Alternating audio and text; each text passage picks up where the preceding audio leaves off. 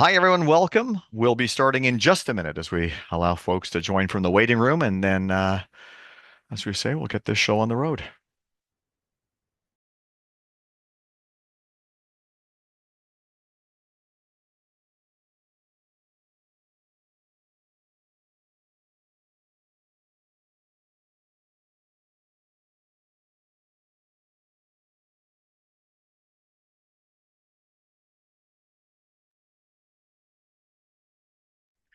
Well, good afternoon, good morning, well, maybe good evening, depending on where you are. Welcome to our webinar today. My name is Bruce McDonald. I'm the president and CEO here at Imagine Canada. And thank you so much for taking time out of your busy schedules to join us. Today's event is part of the PRISM Network Learning Series, where we bring companies and nonprofits together to talk about topics of mutual interest. Earlier this year, we'd planned a session looking broadly at how ESG intersects with community investment, really a primer for both companies and nonprofits. 2025 has been an interesting year, and we knew that we needed to go a bit deeper. There's been real shifts in this space, and today we're really fortunate to have brought a panel of outstanding experts together to help unpack those particular trends. And a big thank you to our community sponsor, Your Cause from Blackbaud, for supporting today's events. So if we can go on to the next slide, just touch on a few of the housekeeping items. So today's event is being recorded, and all registrants will receive a copy of today's session. Closed captions are enabled and can be turned on via the toolbar at the bottom of the Zoom window. If you can't find it, put a question in the chat. The staff who know more about this than I will help you out through the chat window. Everyone is muted right now automatically, and we ask that you stay muted to avoid any feedback noises. You can use the chat box to ask for technical support throughout the meeting. If we can go to the next slide, please. And again, we're hoping to hear from you on the things that are of most interest. So please use the Q&A function, which can be found via the toolbar at the bottom of the Zoom window, to ask questions throughout the session. The questions will be either addressed during the panel or at the end of this session. We've actually built in some time to be able to do that. Although our event is run in English, we welcome questions and comments in both English and French. Nous vous invitons à faire des commentaires ou à poser des questions dans la langue de votre choix, et nous vous répondrons dans la même langue, dans la mesure du possible. And Imagine Canada is committed to providing a safe space, and please respect the others attending this meeting. If we can go on to the next slide, please. Because this is a national event, we decided we'll use Imagine Canada's land acknowledgement. So Imagine Canada staff, operations, work, and network depend on traditional Indigenous territories to provide us with physical space, sustenance, safety, and community to work, live, and play. Today, we are located on the traditional territory of many nations, where our head offices, including the Mississaugas of the Credit, the Anishinaabe, the Haudenosaunee, and the Wendat. We acknowledge that these lands are covered by Treaty 13 and the Dish with One Spoon Wampum Belt Covenant. We acknowledge that these lands are still home to many diverse First Nations, Métis, and Inuit people.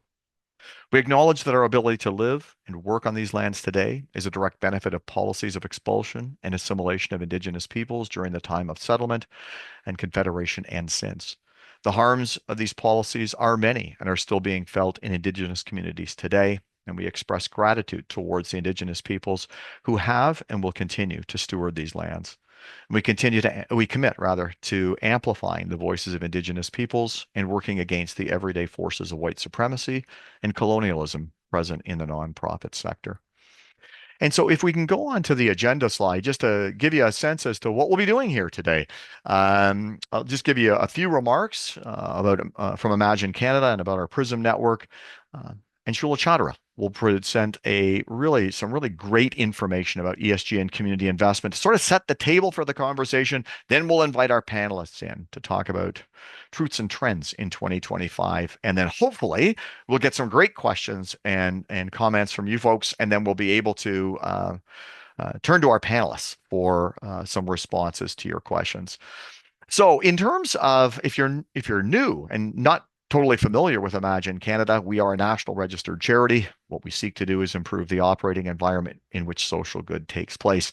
For us, we define social good as support to registered charities, nonprofit organizations, because they're different, social entrepreneurs, and our work brings us in very close contact with the federal government, the media, and the business community, which of course is kind of our focus here today because this event is geared toward both our nonprofit members and our companies who are engaged through the PRISM network. And if you're not familiar with the language yet, the PRISM network is the reflection of an investment of energy since 1988, going back to what was then the Imagine program, then the Caring Company program, and late last year was converted to the PRISM Community Impact Company Network. It's the leading community of companies who are committed to reimagining corporate and nonprofit partnership. This network contributes nearly $1 billion in community investment every year, and together is shaping the future of corporate citizenship. And there's lots of great stuff, exciting stuff happening. In October, we have a release of a white paper on best practices in corporate and nonprofit partnerships. On December 3rd, for those of you who are located in the Vancouver area, there'll be an in-person event focused on impact measurement, which is intended for both companies and nonprofits to collectively improve practice. We invite you to save the date and stay tuned for more details in a follow-up email that'll be coming from today's webinar. And looking ahead to 2026, we are working on and preparing an exciting national campaign to highlight the leadership of our certified companies. So if your company is engaged in this work, entering the space, we'd love to connect you with our team, have you join the PRISM network, and even consider going as far as being Imagine Canada certified. But we also know that some of the folks here today are from the nonprofit community, potentially from the fundraising part of our sector. And while today's conversation won't dive deeply into what these trends mean for fundraising specifically, we've got something else coming up. And the good news is on September the 18th, Heather Nelson will be hosting a dedicated webinar on corporate fundraising through our Grant Connect platform, and our staff will drop a link to register in the chat. So with that, I am going to turn the agenda over. I think I actually forgot to, put the Imagine Canada slide up, but we can move right past that because I got a chance to talk about it. So Sheila, I'm going to turn the microphone over to you. Really interested to have you set the table for our conversation today. Great. Thank you, Bruce.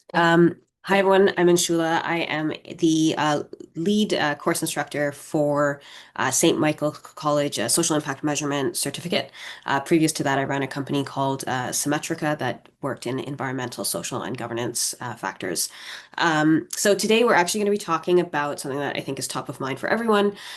What does it mean to engage in community investment in a turbulent economy? Just to dive into this, really briefly discuss the disclaimer already. I'm just going to skip past that.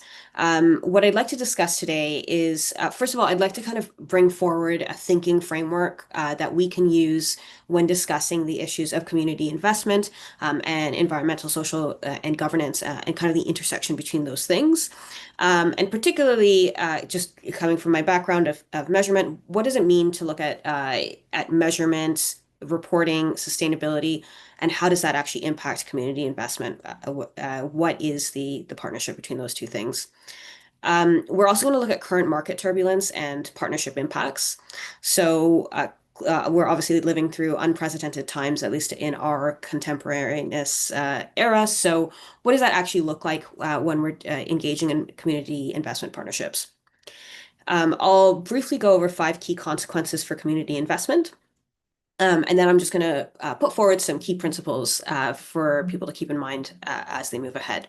I will note that we've got some really excellent panel members, so we're going to hold any questions until the end of the panel, and that includes any for this presentation as well.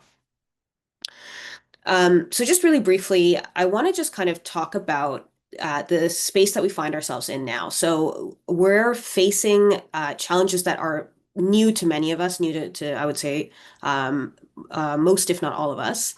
And so when we're talking about corporate nonprofit partnerships, we need to really analyze what does this look like? What do these relationships look like when the broader community and broader context are changing so rapidly and in such a dynamic way? One of the other things I'll mention and kind of dive into during the presentation is what does it mean to have increased scrutiny in a world where we actually have reduced funding available as well. And again, how does that impact the kinds of relationships that we're engaging in the nonprofit and corporate space? And in spite of those things, I'm also going to talk about how the space has been resilient and how we can actually increase the resilience going forward. Um, we're going to be hearing from experts who will identify further trends and strategies for maintaining these effective partnerships during these uncertain times. And our focus, both during this presentation and even more importantly during the panel, will be on practical approaches that organizations can implement to immediately strengthen your community investment strategies. So I mentioned that we'd be discussing very briefly kind of a framework for ESG and community investment. I want to bring forward just a couple of quick definitions. So when we talk about environmental, social, and governance, I should mention that I am also talking about impact. So ESG is kind of a negative risk compliance framework, and impact measurement is looking at more positive impacts. The reason that I'm using those terms somewhat interchangeably in this discussion is that they are part and parcel of a broader push for sustainability and sort of justice and harmony in both the economy and in society. And so just an important kind of point to keep in mind there. We also talk about community investment. I won't spend too much time on this. Clearly, that's a strategic allocation of funding, both between corporates and nonprofits, and sometimes vice versa. So, what I want to just keep in mind here is that when we talk about the kind of three major parts of both impact and sort of the more negative risk compliance ESG reporting, the areas of environmental, social, and governance tend to kind of be the areas of measurement that we would see. It's really important to understand that when we move forward in any one of those three letters, in environment, social, or governance, the other two kind of legs of the stool also get strengthened. When one moves back, the other one moves back as well. And so this connection is related to how society works. So, for example, and we're going to walk through this during the presentation, if we have environmental shocks, if we have political shocks, or if we have social shocks to society as a whole, that does filter into the other kind of areas of, if it's an environment, then into social and governance. And so when we think about this as an integrated model and when we're applying the thinking of how do we actually adapt to the current situation that we find ourselves in, to the turbulence that in many ways may just be getting started, I want us to also keep in mind that all of this is quite interconnected. And in particular, this idea of kind of environmental, social, and governance kind of areas of understanding impact can be a really useful mental model in that process. So just to kind of look at the reality that we have today, the first one obviously is political changes with the Trump administration in the U.S., as well as a rising tide of right-wing populism throughout globally. We are seeing some pretty major legislative changes. So we're seeing shareholder perspectives on ESG kind of shifting, and this is kind of interesting because we have an administration that is very anti-ESG, very anti-DEI, and that's had unpredictable impacts on how shareholders have actually engaged with these topics. I'm sure we'll hear more about that during the panel. But organizations like Home Depot, for example, tried to push forward anti-DEI shareholder proposals, and they weren't successful. Within Canada, Bill C-59 actually has pretty significant impacts for Canadian reporting changes. And it's also impacting both how corporates are presenting their impact, as well as the expectations for nonprofits in providing kind of helpful information that is aligned with international standards. So you see both the bar kind of going up in Canada, if not elsewhere. Kind of related to that, when we talk about the policy shifts that we see in the US, these are affecting investment strategies. And that is kind of from the macro perspective of increased interest rates and elevated interest rates. And also the tariff policies, which are reducing both the amount of money that's coming into the Canadian economy and the kind of employment opportunities that are also available. That's obviously related to economic pressures. So similar to how E, S, and G in the environmental social governance triad are impacted, obviously political, economic, and other changes are also impacted. So I do want to talk a little bit about climate change. We've seen an increasing amount of kind of shocks to the environmental system, whether that's wildfires, flooding, etc. That's draining household and government budgets, and that is also having an impact in addition to the political changes. We're also looking at intensified competition for impact funding. So the kind of plethora of issues that we're facing from a climate perspective, from a household perspective, are getting worse. More and more people are having difficulty kind of putting food on the table. That means that there's more requirement for the kind of nonprofit programs that many of you are running, but there's also intensified competition for that funding. I mentioned this as part of the political changes, but the higher interest rate and tariff environment is obviously decreasing household budgets and, as a result, also charitable giving. Social dynamics are also related to all of this. So ESG and DEI have become political football versus frameworks for positive change. We've seen a lot of kind of attempts to reposition these really important initiatives in a way that is doing a better job of connecting with society as a whole. We're also seeing a rollback of key regulations. I've talked a little bit about the US, but we're also seeing in Europe, for example, CSRD, which is a new sustainability kind of framework and standard that's been rolled back quite a bit. It's been done a little bit more delicately than it has been in the US. But in general, we're seeing less regulation that would help create more sustainable economies, more sustainable societies. And we're also seeing an increasing polarization that's affecting different partnership strategies. So just to really briefly kind of discuss this, so when we talk about the interdependency model just a little bit more, the environmental, social, and governance factors I've mentioned before are interconnected. When one dimension experiences a setback, community partnerships are affected across all areas. It's creating a ripple effect throughout organizational strategy. So if we keep this model in our mind and think about the environmental, social, and political impacts that we've seen just within the last year, the ripple effects are pretty complex. And as the example of shareholder kind of responses to anti-DEI measures have shown, they're also unpredictable. When we look at measurement practices, because of political headwinds, measurement practices remain vital for understanding ESG impact and partnership effectiveness. But rigorous data collection, it provides credibility, but it's also harder to do in the environment that we're in. Okay.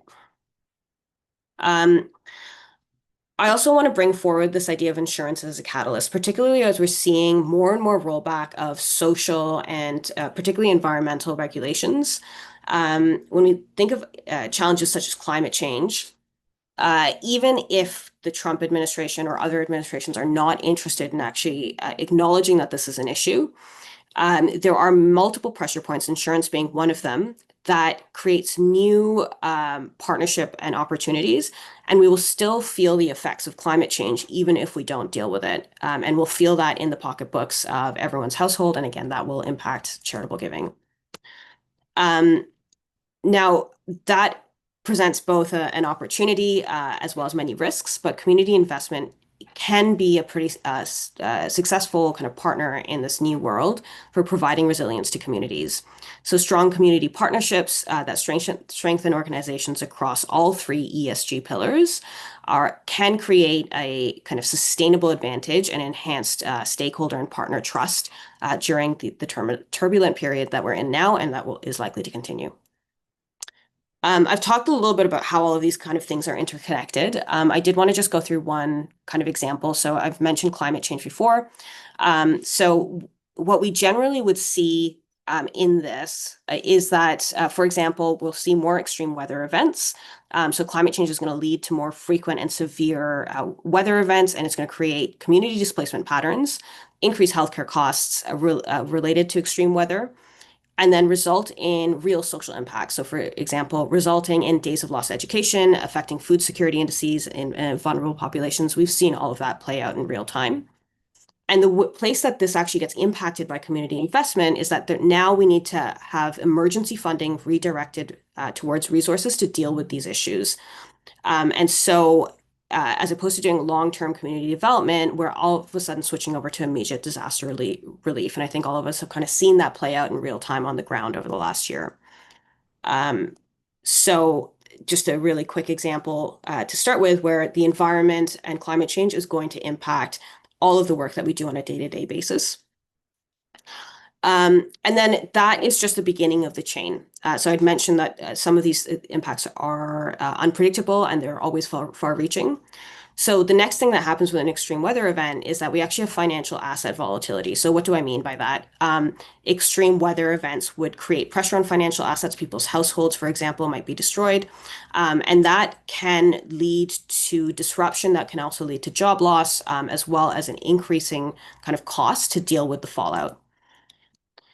And so again, we're seeing that there's a redirection of community investment as we've known it for the last 20 years, where corporate giving budgets are either cut as companies are now dealing with an impact on their business assets or the assets of their employees that are stopping them from being effective. And so that's creating a financial stress in the foundation of a lot of these organizations and individuals. So we may also see, again, increased pressure on endowments and in corporate foundations. That has an even longer term effect. And so the kind of third thing that we would see is, so just to kind of summarize, first thing that we see in a climate change event is some pretty major impacts directly on households. The second thing that we see is that the larger asset base for companies and for individuals are going to be impacted. And in the longer term, and we saw this, for example, in the California wildfires, insurance premiums actually end up increasing. And I do think that this is a pretty significant part of the overall story, where a lot of the life as we know it now, and a lot of the structures where corporations are making decisions within the context of knowing that that's how they also make their giving decisions and how nonprofits also kind of situate themselves to be able to receive that funding. Um, that's going to adjust pretty significantly because when insurance increases, which is the natural kind of next step in the chain, the cost of doing business for corporations will increase, and it will also increase for nonprofits. And that is in addition to all the other fun things going on at the moment in terms of the political and social kind of changes that we discussed.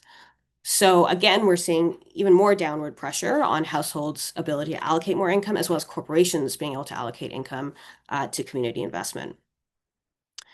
Last but not least, as the insurance becomes more unaffordable, both for businesses and individuals, the asset values of both kind of both groups, individuals as well as businesses, will also decrease. So the percentage of income that we're all going to be spending on things like insurance and kind of rebuilding, et cetera, is going to increase, and it's going to impact socioeconomic groups differently. It's going to increase the number of households that are priced out of insurance markets, and it will impact the viability of both small and large businesses, and as a result, community economic stability. So this kind of chain is playing out across multiple kind of pressure points, climate change being one of them, the Trump administration, tariff wars, as well as the kind of legislative changes that we're seeing in Europe. It's not all bad. Asia, for example, is increasingly investing in kind of social enterprise, impact investment. There is still important work being done in all of these areas, as I'm sure we can all attest to. But we are working within a very different environment, at least from what I've seen in my career. So just 5 key consequences for community investment for all of us to keep in mind. So first of all, there's kind of reduced regulatory insight where governments are pulling back from environmental and social regulations, and there's less external pressure to maintain community programs. So corporations that continue investing in this environment have both a risk and an opportunity. So they can gain significant competitive advantage and community goodwill. And nonprofits may also be able to move forward with more innovative programs, which can be both good and bad. There are obviously risks with both approaches.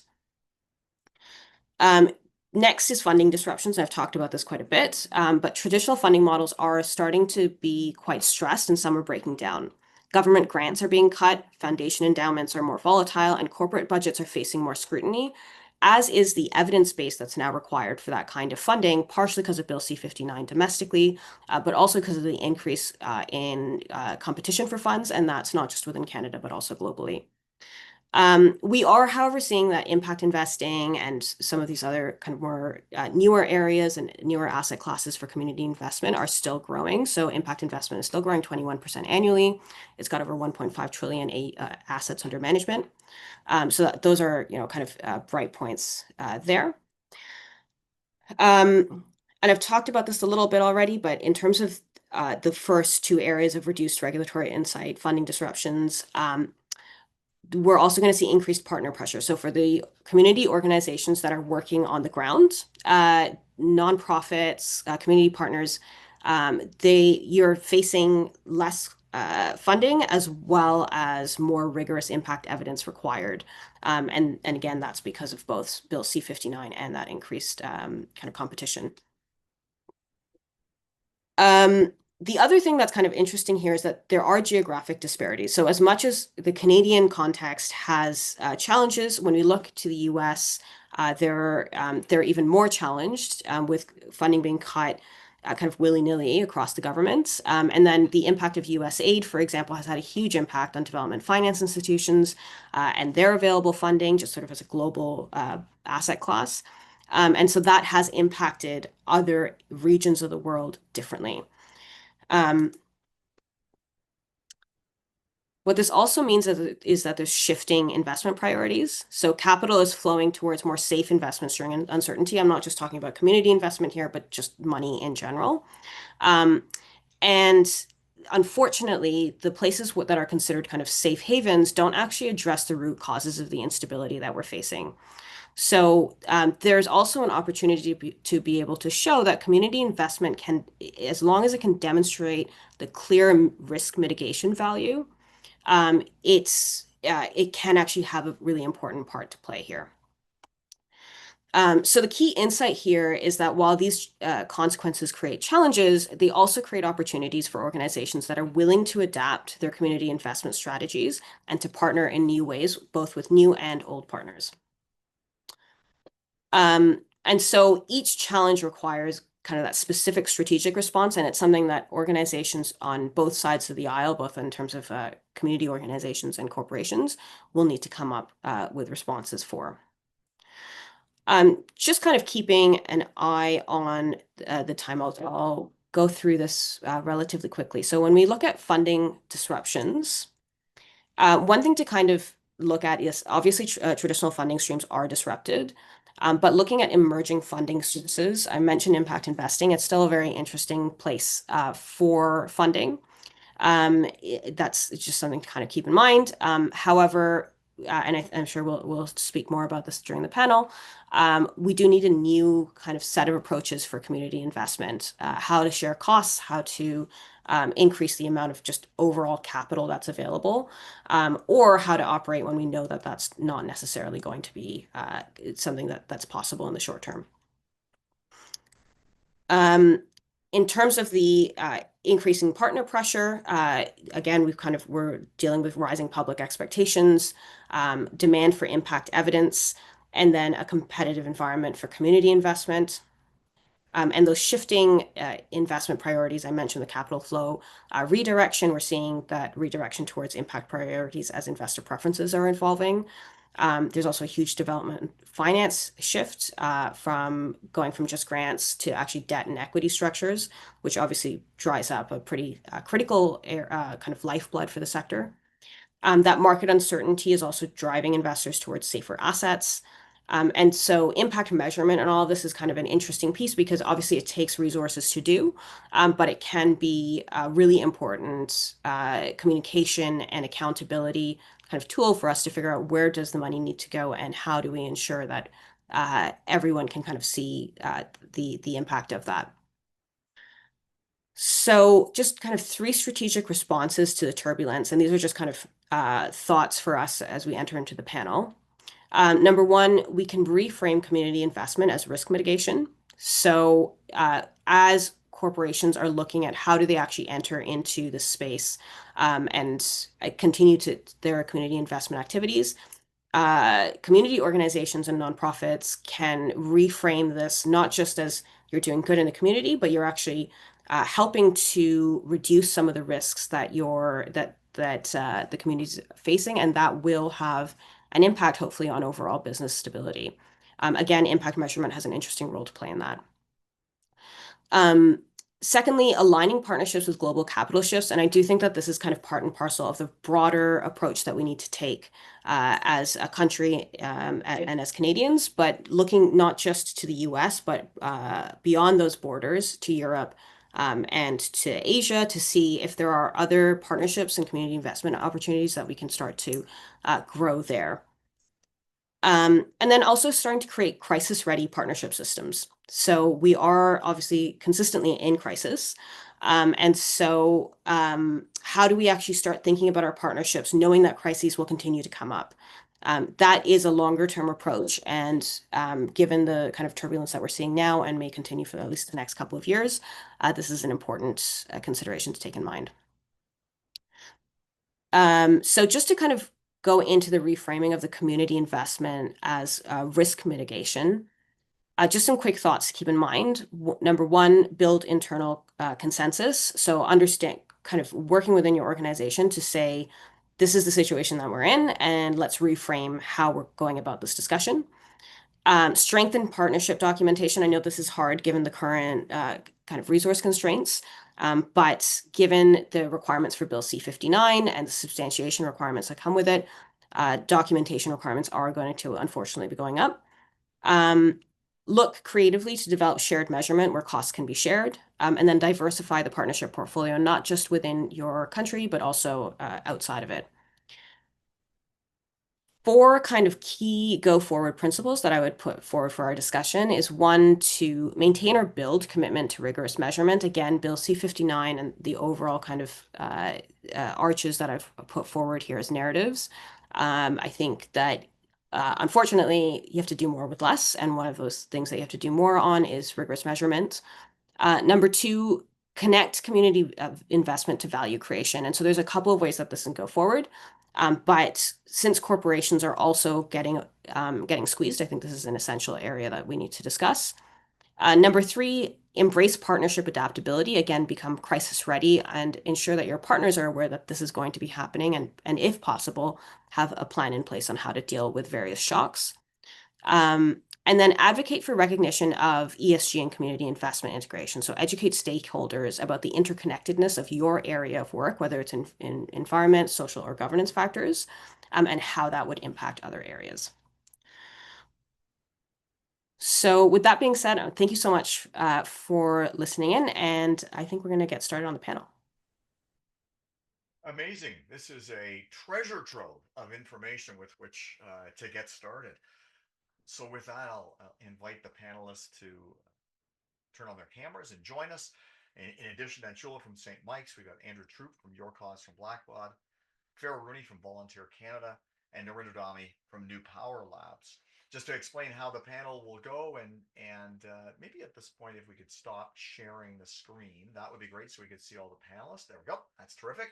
To try, also see that that would sound better if I bring my mic closer to my mouth. Is what we're going to be able to do is a reminder, if you've got questions or comments, to put them in the chat or Q&A box. The format will be, we've got some prepared questions. Most of the questions are directed to one particular panelist rather than having all panelists respond to all questions, so we can cover a bit more terrain. But then looking forward to hearing thoughts from those of you who are in the virtual audience today. So we're going to let Anshula take a breath for a second, and we'll start off with, and I think Narinder will start with you, then Farrah, then Andrew, kind of a lightning round opening question.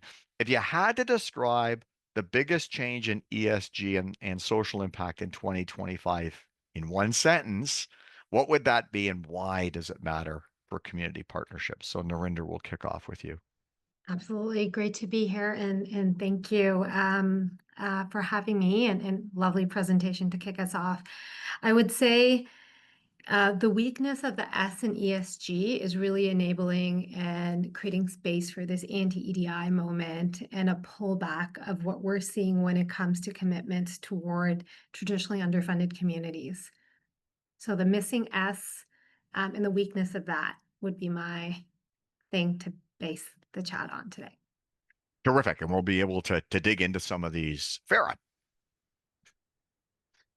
Yeah, hi, thank you for having me and great presentation, Sheila. I think that a lot of what I'm sort of going to be speaking to today was reflected in some of the great points you've made. I think one sentence would be, in 2025, companies are really navigating attention. The cutting of budgets and the shifting of DEI strategies and other, under political and economic pressure in tension with navigating the known financial benefits of ESG excellence, particularly around the employee value proposition and what's important to employees. So trying to navigate that tension. That's my 2 cents. Wonderful. Thank you. And Andrew, over to you. Great, and I will echo the sentiments. Thank you all again for having me with you today, and wonderful presentation, Angela. Really great sort of foundational context for today's conversation. Uh, Always hard to boil this change down to one sentence, but I would say I'll just build on what's already been said. As we think about the dynamics of all of these changes that we've been feeling, I think the biggest change that we're seeing, certainly for the CSR teams and the CSR professionals, is actually a real increased pressure to go back to refreshing or recreating the business case to really speak to the return on investment in employee engagement and philanthropy programs and how those align to the broader business outcomes and strategy. And I know we'll dig into that more today. Thank you. So, Angela, we're going to come back to you to really kick off the more in-depth portion of the panel, and really speaking to something that you mentioned several times during your presentation around impact. So, before we launch into how things are unfolding, it'd be helpful to know what success might look like. So, what kinds of impact measurement, whether it's hard metrics or compelling stories, are you seeing that are the most effective in justifying continued investment in social impact initiatives? Yeah, thank you. So I think that there's kind of three elements that I'm seeing in the market that are helpful. So one is a mixed approach, so both quantitative and qualitative. I think that goes with the idea that we need to realign our funding and partnership relationships, reach out to more stakeholders and partners, and kind of find new places where our message is resonating. Second, and Andrew mentioned this around the need for ROI. So I think return on dollar spent. I think social return on investment perhaps is kind of modified to the realities of what people are expecting on the ground. But we're definitely seeing a resurgence of the requirement for ROI information. And also a focus on risk mitigation metrics. I think a lot of corporations and community investors are looking, yes, of course, to continue engaging, but also to ensuring that there's not new risks in an already risky environment that are being introduced.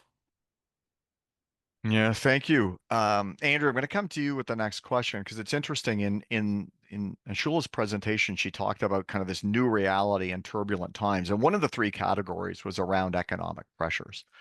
So with these economic pressures leading to tighter budgets, how are companies deciding which community programs to maintain and which to cut? And it's unfortunate that we have to ask that question, but I think it's a reflection of where we're at right now. It is unfortunate that we have to ask the question, but that's true. It is a reality. I will first start by saying it's going to look a little different realistically from company to company. But the reality is, as we've said, companies certainly are feeling with the economic pressure this need to make potential changes or potential cuts.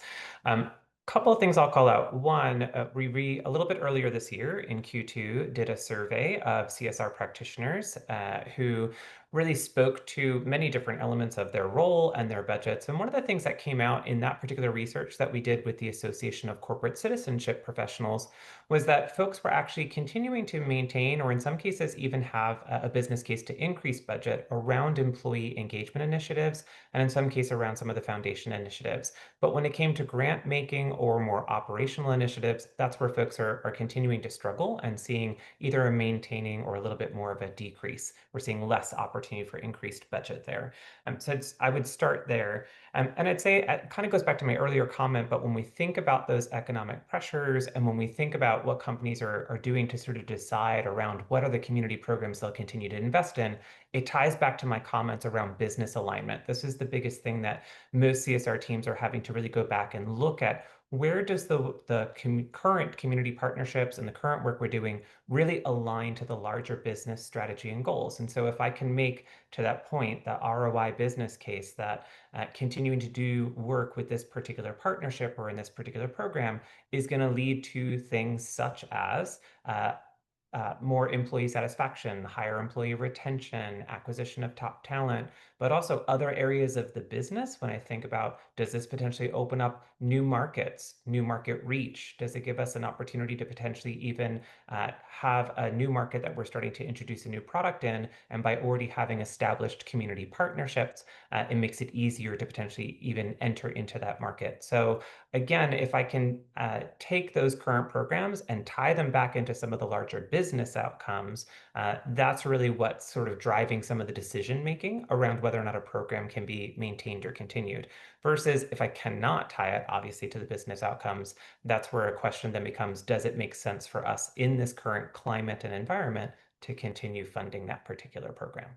Yeah, this is really helpful. If we have time later, I'm going to resist my urge to ask a follow-up question and stick to the script. But it is interesting as you think about that in the assessment that companies will be going through as to how that relates to Anshula's point around climate crisis and where we're actually seeing now companies diverting dollars from their regular big pool of funds or small pool of funds or moderate pool of funds that were intentionally set aside for particular purposes and now are being pressured in other ways. And we may come back to that in a little bit. But in the meantime, Farrah, we're going to come to you. And Andrew talked a little bit about employees, and you did as well in your opening comments. So from your perspective, how is employee engagement influencing corporate decisions about which community partnerships to pursue, and how are they measuring the impact internally? Yeah, I mean, I think I'm really just riffing off of what Andrew was saying, in that I think employee engagement and the importance to business of employee engagement is increasingly becoming a decisive in shaping which community partnerships companies pursue. And we're really seeing well, and just to kind of take a step back, also to echo Andrew's point, that we are seeing in the data coming out, both that Andrew and others have done, that there is a bit of an uptick around employer-led volunteering and corporate volunteering. And so we are seeing an investment there, as well as the number of companies that work with us. We're in a bit of a growth phase right now, which is really exciting. And I think it has a little bit to do with the sort of lower perceived risk around this work, and as well as again, sort of it's much more it's easier to draw the connections to what's material for businesses, and I think risk mitigation, value creation, employee satisfaction, all around that sort of, again, that employee value prop. So, I mean, how does that actually look? What does that look like when rubber hits the road? Transformational volunteering that sort of builds empathy with diverse groups. Newcomer programs that strengthen recruitment pipelines and community resiliency. One thing that's a lot of companies are leaning into is board training programs, which has the residual effect of building leadership skills for their staff. So all of these sorts of different pieces are actually building what's material to that business around profitability. And then the other piece that we're seeing, employee engagement impacting community partnerships is around giving employees flexibility and choice for how they're working and how they're engaging with their community partners. Paid time off, local volunteering, pro bono projects, skills-based volunteering, because really the ultimate goal, again, going back to profitability and what's material for businesses, is to sort of train and encourage and provide pathways to their employees to become more engaged in their community, to become volunteers, because we know that a healthy volunteer sector is good for Canada. It's good for the economy. It's good for health. It has all of those sort of those sort of markers that companies are looking for. So those sorts of two pieces, creating those, creating a really positive pathway to to employees to become lifelong volunteers, as well as building their skills internally. And again, also around the whole value prop around, making sure retention. We just know that the metrics show that employees care, that their companies care, right? So yeah, I would say that those are a couple of key areas. And it's interesting, and I don't really have any data to back this up. I mean, anecdotally, I think the importance of the introduction of volunteerism and social impact work through companies is taking on a higher importance. If we also are seeing a weakening of some of the traditional places that people might have been exposed to that work or that invitation through their lives, whether it's decline in religiosity, whether it is shrinking service clubs, whether it is even a decline in rural Canada, which is often neighbor to neighbor, and we're a more urbanized nation. We're here for more folks that their first introduction is as employees, and so I think it's really taking on this kind of huge importance. So I Yeah, think we're gonna, and sorry, yeah, I'm just going to jump into in COVID. We can't forget, we yes. just went through a major thing called COVID, and and people just like are having to retrain. Maybe less so now, but like a year ago, like people were needed to retrain to just be out and be with other people and doing things in the community. Sorry to interrupt. No, that's great. And I think I'm going to make a bit of a connection here between your comment around, profitability and employee engagement. And Narinder, I'm going to come to you with a question. Is, a powerful driver of corporate behavior is the impact on company share price. So what are you seeing about shareholder behavior when it comes to EDI, ESG, and invite you to think about, are there any differences between what you're observing in Canada and the United States in particular? Yeah, absolutely. And in the US in particular, I think we're seeing this in the newspaper on our screens around the both the legislative and shareholder activism that is happening to codify against supporting climate ESG EDI work. And in Canada, it's showing up in a different way. It's quieter, but there is still this real chilling effect that we're seeing. And when it comes to what the data says, so Harvard's looked into ESG proposals. So there's been decreased support for ESG proposals in the US. So support for both environmental and social proposals went down from 18 to 11%. And social proposals went from 18 to 14%. So you have it, kind of decreased in this willingness to make updates. But on the plus, there is minimal support for anti-ESG and anti-DI initiatives from shareholders. So this is back Harvard research is saying that, regardless of this increase, the pushback that's happening, when the proposals are placed in front of shareholders, there is very little support. So around 1.4, they're getting around 1.4 averaging in terms of support for some of this anti-EDI, anti-ESG bills, which is good. Now in Canada, you're seeing a pause. The overall volume of environmental social governance proposals has decreased. And, arguably there's also a lot of ESG fatigue. There's a lot of fear from the US. You saw some pullbacks from the big banks as well on climate. Like you are seeing the sentiment. And in some cases, some of this is coming from the connectedness of Canadian companies to American companies. And you're seeing this show up more so in the shift in DI metrics. So there's increasing sensitivity around how companies in Canada are, and especially with the US exposure, are disclosing some of those DI metrics and thinking through more of a broader talent development and inclusion objective. So you have this shift. But ultimately, you see companies are trying to de-risk their public commitments still in Canada, but recognizing that there's importance. And you have some rare kind of lights of different CEOs, like I know the RBC CEO came out in a big way around how important the EDI work is to the company. But you also have firms that are pulling back. You have corporate retreat in Canada, even from like the Walmarts, the McDonald's, the Amcos, Molson, you have Alberta. So you are seeing some of that pressure start to feed into action at these large corporations. And so when I think about the biggest shift is we definitely need that shareholder activism to keep up the movement and enable teams to continue to do the great work that they do.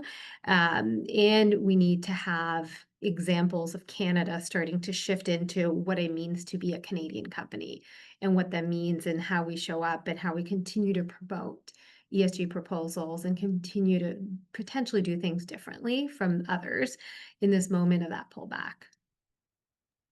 Yeah, this is that's just some great data, which I think really sort of drives home some of the questions about what's happening at the shareholder table or annual meetings. And Sheila, we're going to come to you on a similar one though, before we kind of change course a little bit. It is really thinking about uh, again around equity and how, from your perspective, are shifting regulations and social dynamics influencing equity, inclusion, and community investment strategies. And again, being mindful of, are you seeing links between or not between what's happening in the US and Canada? Because obviously we've got many Canadian companies or companies who operate in Canada that are headquartered in the US. So just curious if you're seeing anything similar or different from some of the comments that Narinder just made. Yeah, I mean, I think Narendra's comment around the shareholder support for DEI initiatives is actually really important because these were kind of resounding victories of over 90% of shareholders saying, hey, yes, we actually want to keep these things. Um, and so I would kind of characterize what we're seeing globally as people aren't, the kind of majority of people don't want to roll back the progress, but they're not willing to invest more at this stage. And so trying to kind of keep the status quo, which obviously in science there's that kind of that old adage of like if you're standing still you're falling back. I think that actually does apply to what the situation we're in now. So it's a complex kind of view. I do think that with these shifting regulations we do need to have strategy divergence from a geographic perspective. So what we're doing in Canada won't translate to the US, of course. But also what we're doing in Europe may not actually translate in Canada and the US and vice versa. So that is a really important kind of uh, thing to kind of keep in mind, that we want to avoid political football positioning all the time, but that kind of Overton window of what's considered political football has just kind of enlarged quite a bit. So focusing on the business case is a safe bet, regardless of the regulation and kind of the changes there. And also partnership documentation is continuing to be critical to be able to show what is that business benefit and that ROI. I do think that borrowing from cost benefit analysis methodology as well as social return on investment makes it possible to not just focus only on business outcomes, because clearly that's not the core reason or the core issues that we're trying to solve. We're not trying to solve business issues necessarily with community investment. That is part of it. That's part of the picture. But there are kind of much deeper social, environmental concerns that we're trying to resolve as well. Thank you. So now we're going to change gears completely, and we're going to talk a little bit about AI. So Andrew, I'm going to come to you on this one from your vantage point at Blackbaud's Your Cause. You connect with many companies and organizations, and as AI becomes more central to how we think about efficiency and social impact work, whether that's reporting, impact measurement, or stakeholder engagement, how do we ensure it enhances transparency, innovation, and equity rather than reinforcing bias or the same ways of thinking or even eroding trust? So we'll give you an easy question. Well, thanks, Bruce. Yeah, but it's a really important question. I do appreciate it. First I'll start with just AI itself, right? I mean, we're all thinking about AI pretty much every day at this point in our lives, right? Both as employees at companies, but also just as individuals. And I stress again, this is a major transformation for all of us. Although artificial intelligence, I will say, and many experts will certainly share, has existed for many, many years because of really the explosion with things like generative generative AI over the past couple of years, we've really seen on the horizon what is more of a tectonic shift, right? We're going to live and work in a very different way. But to your point, how do we make sure that that has positive implications for the work that we're doing as corporate and nonprofit partners toward community investment, and doesn't necessarily continue to reinforce some of the negatives? So there's a few things that I often will stress when speaking very specifically to companies and to CSR teams. The first is to make sure that we as practitioners, as corporate social impact or CSR practitioners, are leaning in. First, from a learning perspective, are we doing our own work to make sure that we are understanding and learning AI? Because it's critically important that we're doing the education for ourselves and understanding what are the AI tools and what are some of the implications of them. And then are we doing the work internally to really understand some of the key considerations? Do we understand our own company's governance around AI? Do we have a governance council? Are there policies in place?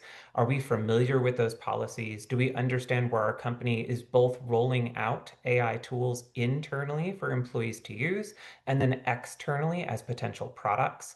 And are we understanding what are some of the consequences of the rolling out of those particular tools? And most importantly, are we making sure that our voice, as really the voice of community investment within our companies, is represented at the table? And what I mean by that is making sure that not only are we looking at the AI tools and how we could use them within our work, because yes, that's critically important. For CSR folks, there are efficiencies that they can gain in their program operations, in their impact measurement, in their storytelling through AI tools. But are we also taking the time to really understand and have that community investment voice represented within our companies? Do we have a cross-functional team that we can either plug into or help convene across the business and make sure that we're the voice that's speaking to what is the AI impact on community as part of that?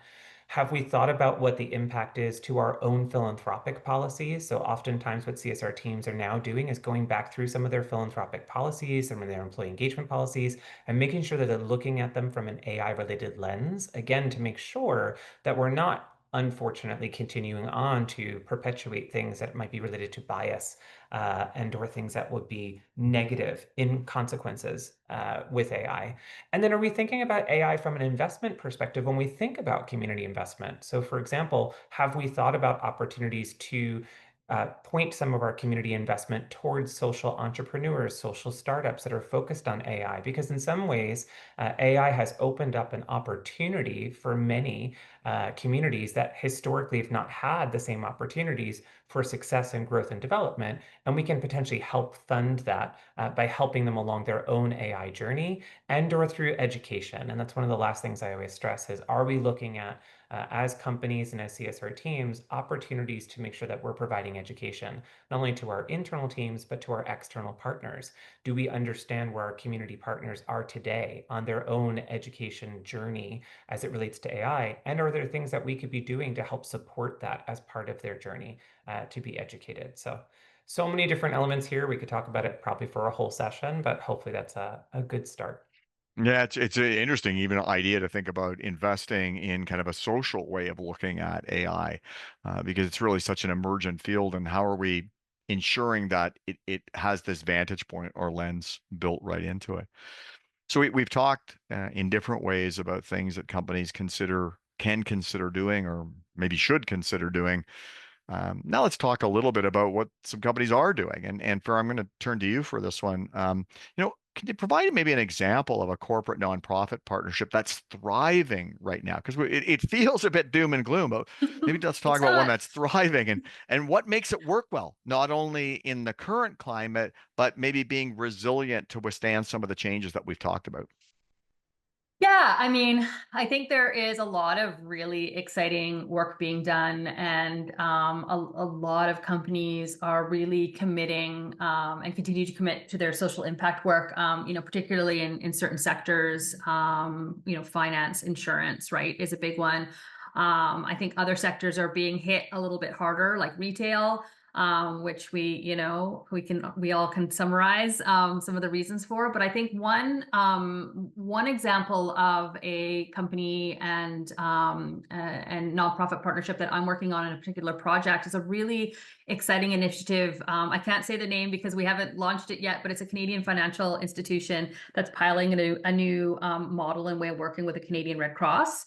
What makes it so powerful is the employer-led volunteering, employee volunteering is really being embedded into the company's culture through a program where volunteers employees are being brought on as disaster relief volunteers for the Red Cross. And so they're being trained to be deployed on and still be paid their company salary as they go up to 10 days. So you can imagine all of the sort of policy and proceeds or policies and governance and structure that has to be built through the company, and that's what we've been working on. So insurance considerations, HR considerations, like how are these employees going to be chosen? How are they going to be moved through? How are they going to be communicated? Like all of this is that we're sort of all we're all working on. And what's really exciting that it's being, so the actual volunteering process is being embedded through all of the policies and the methodology of the corporation, and that is supporting the entirety of these employees to be able to do this. As well as it's, the company's made a significant financial contribution to the Canadian Red Cross. So they're sort of supporting them in various ways, right? Through building out their volunteer capacity as well on an ongoing basis. So this is like a multi-year program as well as financially. And then sort of for a full circle moment is that the company is hoping, the financial company is hoping and planning that these employees will now come back fully trained as disaster ready folks, that they can then share that with their own communities. They can share that with their coworkers, and again, the whole communities, the whole community becomes more resilient. The hope as well is that we will take this model and do a bit of a roadshow with it throughout Canada and talk to other corporations that are interested in doing this sort of much more high touch commitment to the Canadian Red Cross, and then how we actually operationalize that within the business, because that's where I think we're still doing a lot of there's still a lot of learning and navigating, even with our biggest corporations in Canada, and how we can optimally be working with employees to best serve and sort of corporate partners to best serve their needs and to make the greatest impact and to do no harm. And yet build that into a way that makes sense within, each company's unique culture, each HR needs its own, unique legal and insurance needs. Insurance is like a whole thing. And how does that work and how does that work out? So that's a really exciting project that we're working on. We're looking to announce it in the next few months and even like take it out on the road and to talk about how companies can do this in their own place of business. Oh, that's so exciting. I mean, you think about some of the opening comments around this sort of either or mindset of crisis and regular, if you will, community investment. What a wonderful integration of the two, recognizing that crisis, climate emergencies are going to be, or disasters are going to be a thing of the future with more frequency that we've seen in the past, and now actually making it part of the core community investment strategies. Wow, looking forward to seeing more about that when it comes out. So, Angela, we're going to come back to you. You had mentioned the Bill C-59 a couple of times in your presentation. So, how are you seeing recent changes to the Competition Act influencing the way companies are approaching social investment and their willingness to be public about it? Yeah, there's a couple of key points to Bill C-59. So first of all, it increases or raises the bar on the kind of information that organizations can put out regarding their environmental and social impact. And so one of the very common or probably most talked about kind of behavior changes that's happened as a result of that, particularly with oil and gas companies, is that they've actually unpublished a lot of their sustainability reporting. And so speaking of unintended consequences, does that mean that the information that was out there was not perhaps as robust as C-59 is requesting, or do they need time to kind of review, and was this just a risk mitigation approach? Is this a good thing or a bad thing? I think we're still seeing that play out. The other piece from Bill C-59 is that it actually requires that when information is put out into the world around environmental, social, and governance and impact data, that it actually needs to be aligned with international standards. And as I mentioned in the presentation, international standards are being rolled back, and they are in a state of flux, and they are quite dynamic in terms of their change. So that leaves community investment partnerships that are often producing this kind of data in a bit of an odd position of sometimes now adhering to standards that are no longer actually international standards, or have become voluntary or have become less robust. And so again, I would say that the biggest thing that we're seeing with C-59 is that it's introduced a level of uncertainty on how to proceed that is impacting not just corporations, but nonprofits, and also the relationships between the two. Yeah, thank you. So we've talked a lot about what's kind of happening, and I think this last sort of formal question before I go to some of the questions that have come in the chat, Narinder, we're going to come to you and ask you to look into your crystal ball a little bit here and think about the future. So, I mean, the last 5 years have been a whirlwind. From a global pandemic to momentum on changes to many practices, both within our sector, meaning the nonprofit sector, and the corporate sector, spurred on by the murder of George Floyd in Canada, advancing truth and reconciliations, and I think a national psyche that we have to do more as a result of uncovering mass graves at residential schools. What we're seeing politically, and not just coming from the United States, but geopolitical affairs around the world, lot is happening. So as you look ahead, what do you think is the trend line for this kind of work as we try and ensure that there are healthy relationships between corporations, nonprofits, and the supporting of communities? Yeah, it's a great question. And to look ahead, I just want to reflect a little bit on the last 5 years. When we think of 2020, all the moments that you were mentioning was a bit of a perfect storm for whether it's corporations or even at an individual level to have a reaction of change and a desire to do things differently, given what we were seeing, whether it's even the impacts of COVID through income disparities and class, and George Floyd, mass graves. All of these things came together in a very unique way to really shift our consciousness. And there was this initial surge of commitments. Companies really wanted to put out their alignment with community, their alignment with climate, their alignment with doing good in society. And there were some really great things that came out of it. And so when you think about in Canada, some of the things that we have seen, corporate nonprofit partnerships, funds, and very specific funding for different communities like Indigenous and Black communities that have continued to be underfunded. So we had all of this positive momentum and energy, but it was short-lived. And so when again reflecting around kind of where we are now, there's been a feeling that the pendulum has shifted too far. So at some way we need to course correct. Though when you look at the lack of data in this pendulum shifting, we can't really prove that because we don't have data, because the way capital flows to communities, some of the environmental challenges we're facing, all of that are still just as big and large as were for 5 years. And so what you're seeing is kind of that energy go down, the commitments go down, the pullback and the political pullback pushing it. And in parallel, you see this kind of like push down on those effects. And so legal pushback is one thing we do see. So lawsuits are increasing. We see this a lot in the US. I'm part of a group. I wear another hat where I run a private family foundation.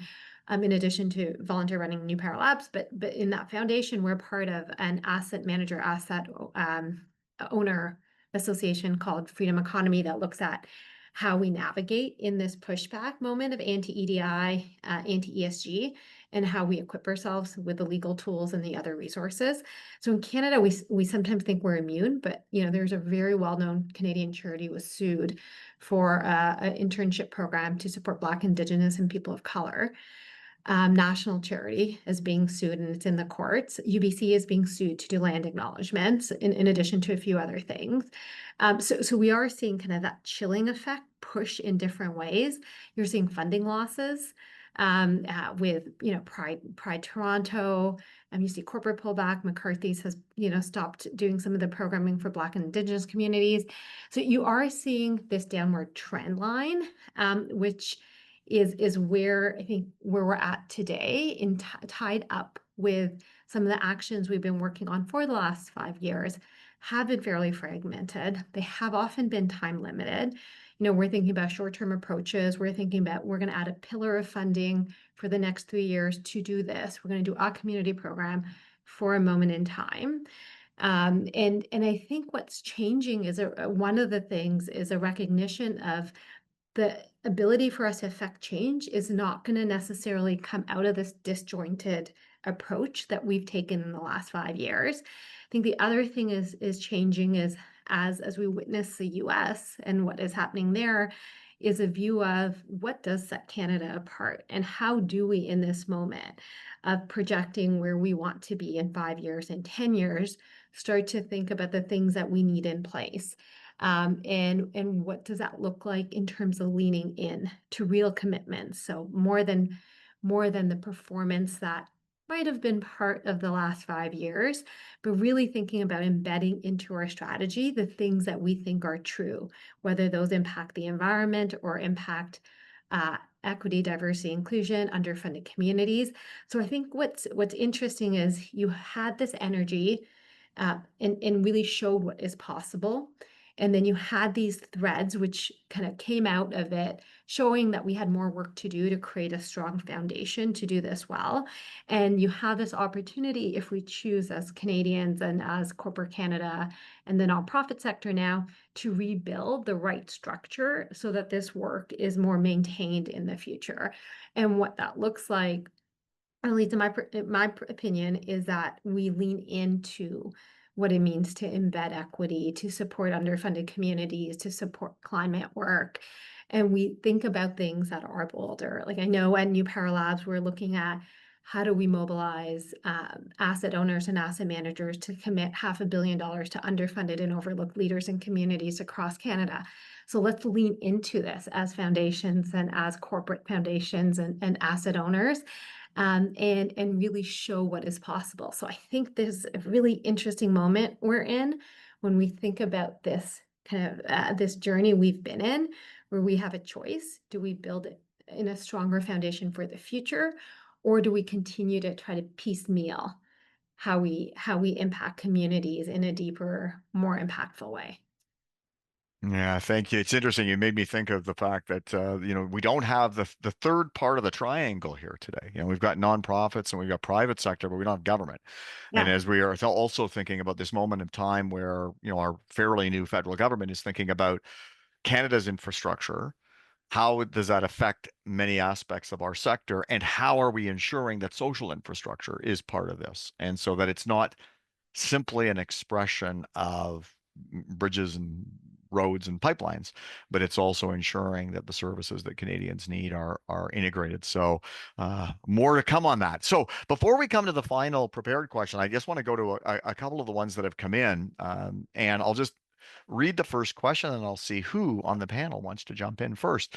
And this one really speaks to impact measurement. So is there increasing prioritization or priority to impact measurement to corporate community investment collaboration? So are companies wanting to see more of that? Are corporate partners requiring this to engage and renew their support of nonprofits? It's interesting. Is it conditional? That's how I take away from that. So just curious as to if anybody has any thoughts on that around the importance of impact measurement from the corporate perspective.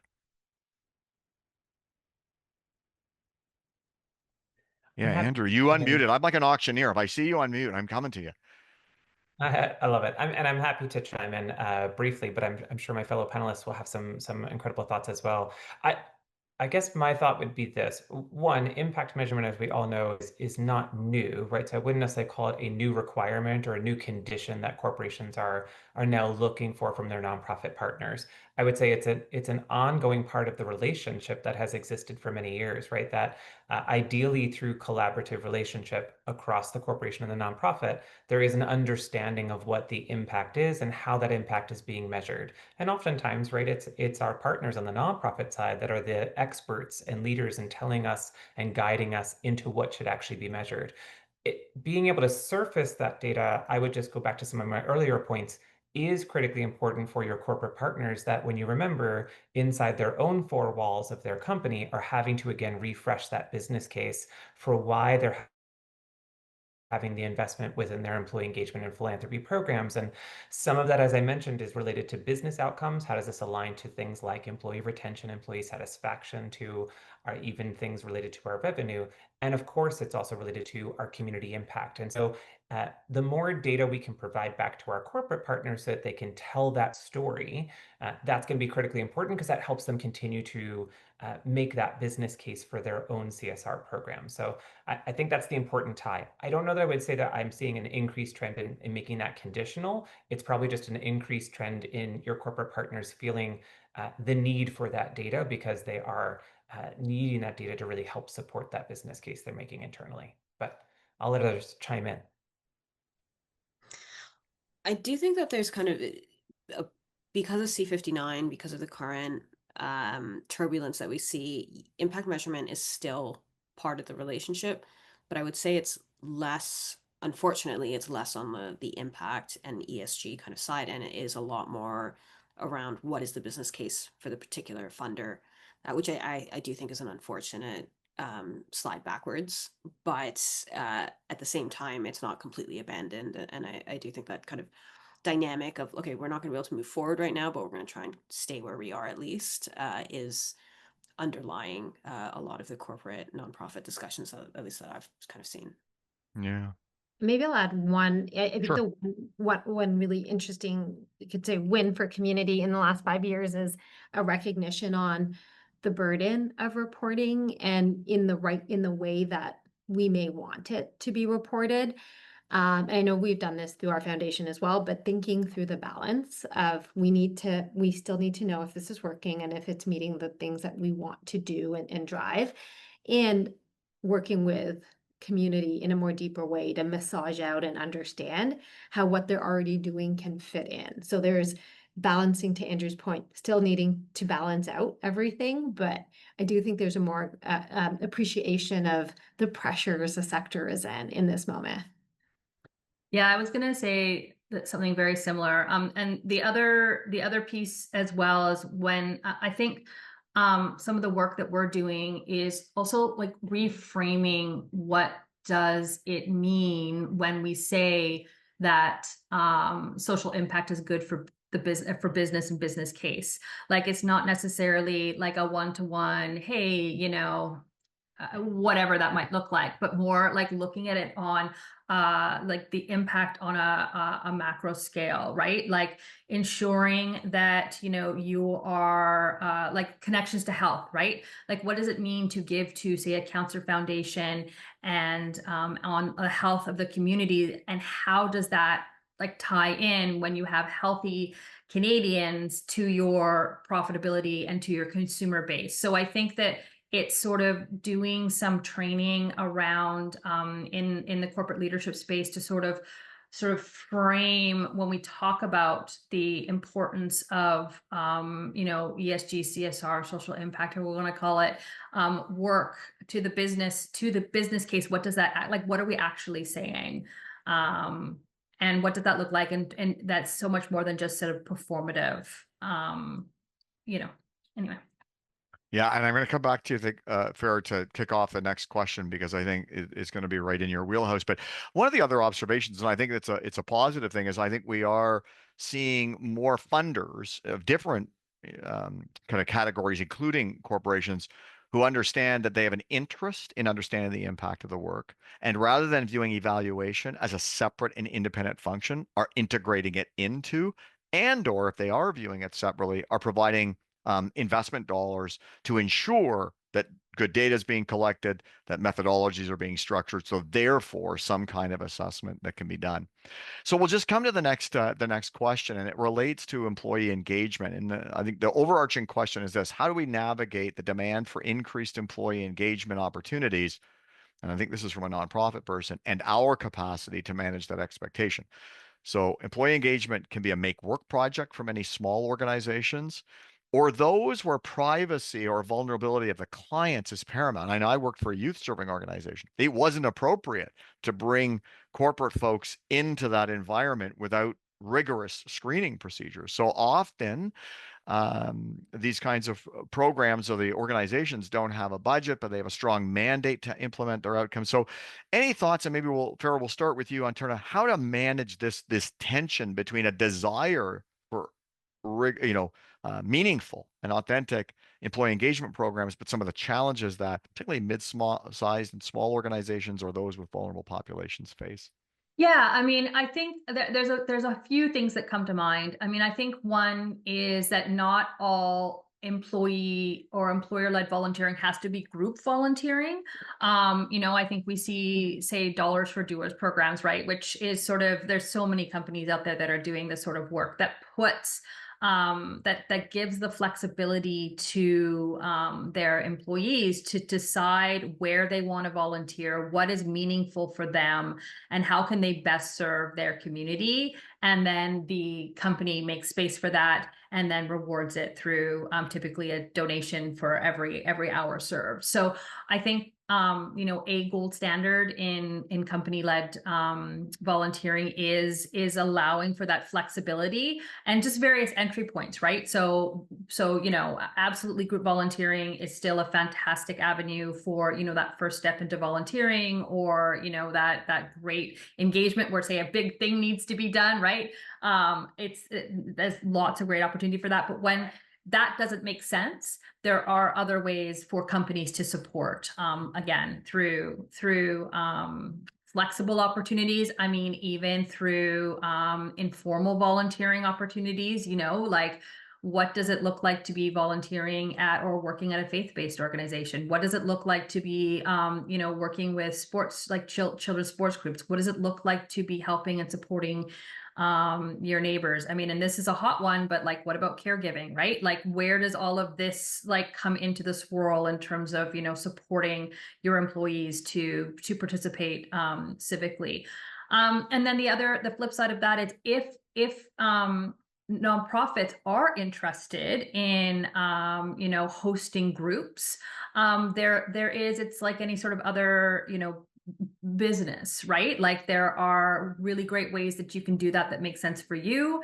There are avenues in which you can offer experiences that still ensure the safety of the clients that you serve. There's various things that you can do. It's just making a decision that you want to do that or you want to explore it, and then designing your programs to ensure that you're meeting those needs. Yeah, thank you. So, Andrew, I'm going to start with you on this one. Kind of a lightning round as we get close to the end of our webinar, our time together. So, if you could challenge everyone here, both corporations and nonprofits, to take one bold action to strengthen corporate community partnerships in 2025, given the environment we're operating in, what would it be? And then I'm going to come around the horn and talk to everybody on this one.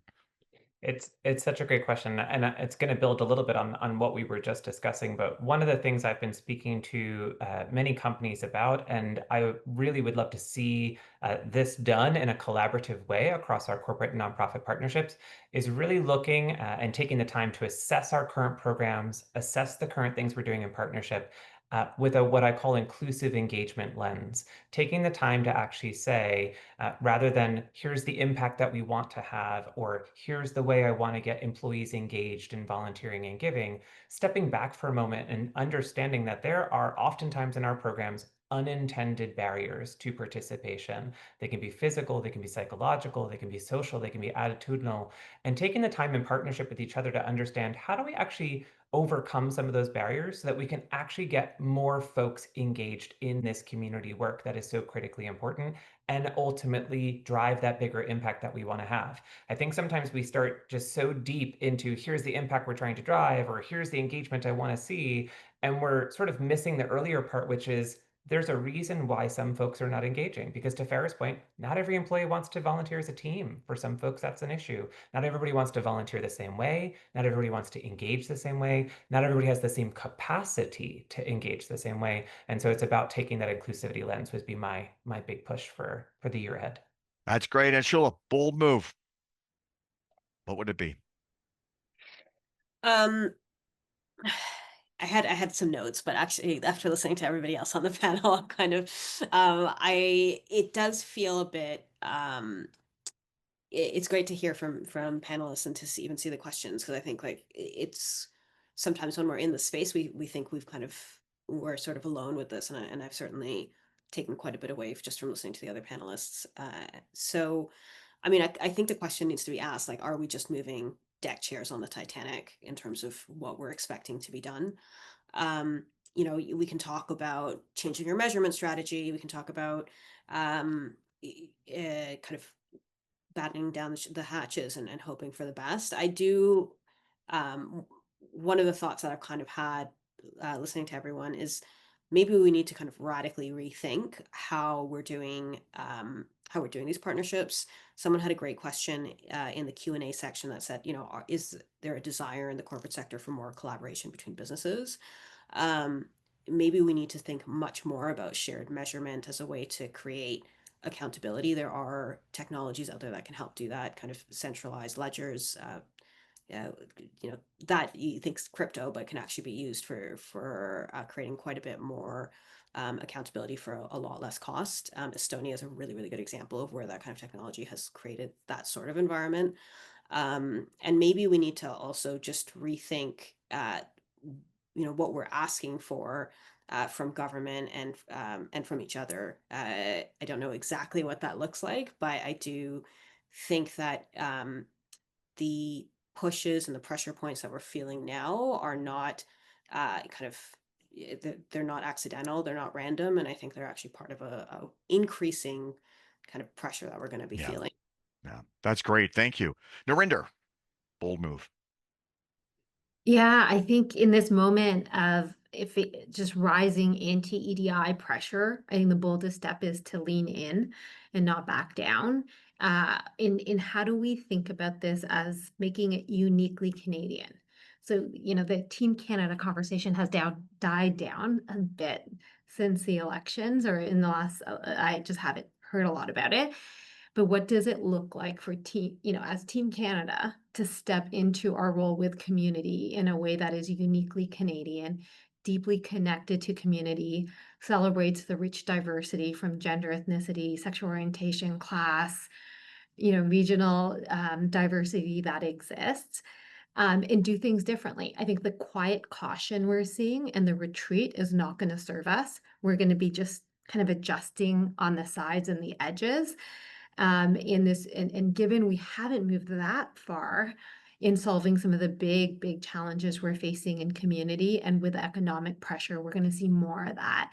So I think the real risk is playing it safe, and the bold step is being public and active. And I'd encourage anyone who wants to think of a commitment to underfunded communities to connect in with me. But let's be loud, and let's frame it in the way we want to frame it as corporate leaders, to shape the Canada we want. So we'll move from elbows up to linked arms. Yeah, I love that. Yeah. Farah, please. Yeah, it's funny because I'm very similar. I was looking at my notes and like, you guys have all said it. It's so great. And what how I would frame it for myself, and maybe it's because I'm an extrovert, but I would say, like, go reach out to our community. Over the last 6 to 8 months, last year, some of the best times where I feel the most charge is going to, you know, a roundtable, going to a conference. I know we can't all do that, but like showing up for community, like showing up for conversations, resisting that isolation. So many of us who do this work are like one of two people that are doing it in our companies, and you can often feel like all of this pressure, you know, and you're all alone. But you know, reach out. You can reach out to me. You can reach out to other folks at Imagine Canada. You can join Imagine Canada. Because I think at the end of the day, we are in a very interesting, what did Confucius say? May you live through interesting times. We are in a very interesting time right now. This will not last forever. And the touchstone for me is very simple. When we look at data, we know that social purpose, we know that ESG, we know the triple bottom line is essential for business. It's essential for our economy. We cannot do business in a world we can't breathe the air. We will not, if we do not have economic equity, then there's not going to be any customers. So we just know when we look from a big picture that this is a really crappy time right now, but we are going to be on the right side of history. And I feel very strongly about that. And so I think it's just take the time to have those conversations and build that community together. Thank you to all four of our panelists. And Shula, thank you for the presentation. Thank you to everyone who joined us here today. There'll be lots of follow-up. Please, the invitation is here. If you want to continue the conversation, connect with any of our panelists, connect with Imagine Canada, and we'd be delighted to continue this. But most of all, thank you for taking the time out of your incredibly busy schedules to be with us today. More to come. Bye for now, everyone.